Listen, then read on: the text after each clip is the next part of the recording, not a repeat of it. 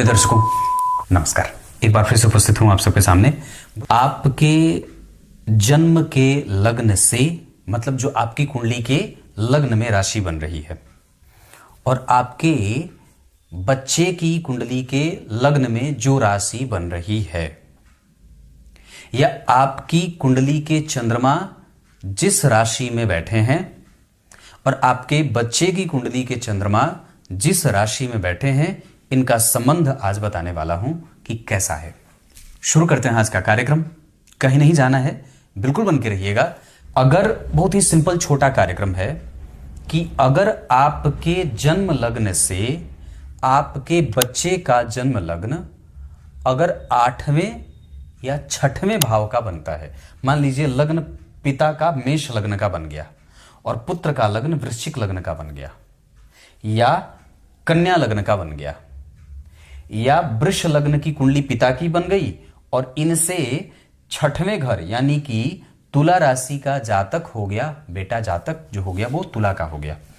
6वें 8वें का संबंध अगर बन जाता है तो इसमें जो संबंध होंगे दोनों पिता पुत्र के वो काफी चिंतन करने वाले हो जाते हैं। मतलब चिंता वहां पे होती है। चिंतन और चिंता में वैसे और फर्क है, पर वहां पे आपको चिंतन करने की आवश्यकता होगी। अब आप उसके साथ बहुत ही नॉर्मल नहीं रह सकते, वहां पे आपको बहुत सतर्क होना होगा अपने बच्चे के साथ संबंध को लेकर के।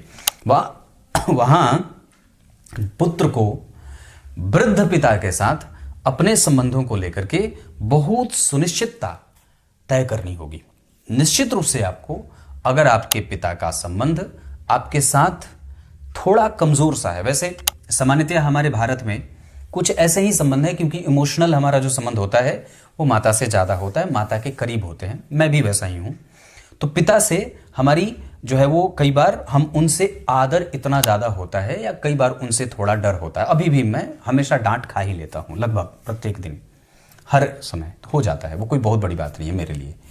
तो कहने का अर्थ है कि अगर आपके संबंध आपके पिता के साथ लग्न और राशि से 6वें और 8वें बन रहे हैं तो फिर हमें सतर्क होना होगा, है ना।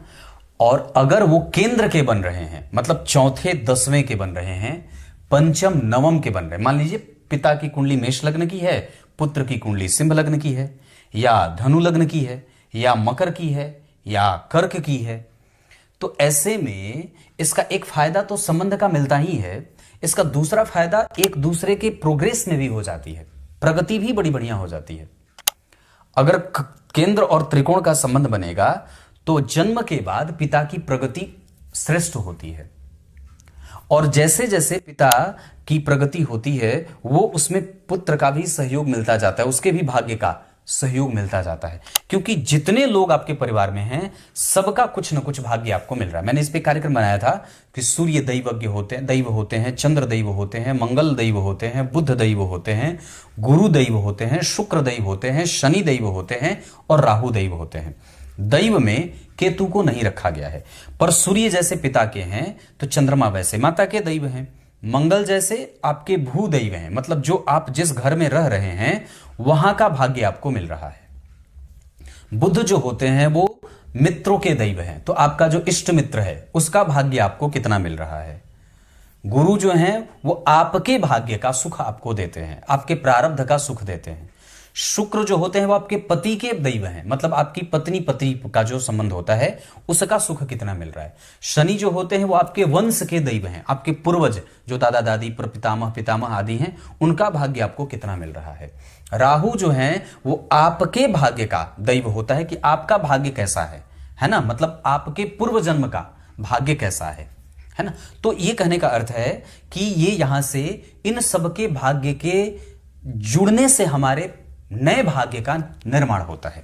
जैसे एक वृक्ष के अंदर वृक्ष का जो बीज है उस बीज के अंदर पूरे वृक्ष का सार तत्व छुपा होता है, उसमें पूरा वृक्ष समाहित है, पर वो कब प्रकट होता है जब वो सब मिलते हैं। उसमें वृक्ष में मिट्टी मिले, उस बीज में मिट्टी मिल जाए, वायु, रोशनी, हवा, है ना, तो वो सारी चीजें जब मिलती है तब जाकर के वो वृक्ष रूप में प्रकट होता है। तो उसी तरीके से किसी एक व्यक्ति का जो भाग्य होता है वो उसके परिवार के और उसके आसपास के परिवेश में बसने वाले सभी लोगों से मिलकर के बना होता है। तो उसी तरीके से जब एक पिता या कोई व्यक्ति जब पिता बनता है या कोई पुत्र जब पिता बनता है तो उसके ये संबंध बड़े मायने रखते हैं, है ना। इस पे कार्यक्रम नक्षत्रों का भी होता है, उस पे भी कभी बना दूंगा, पर ये भाव बड़ा महत्वपूर्ण है। आप लोगों को समझ में आ गई होगी ये बात। तब तक के लिए बहुत बहुत नमस्कार।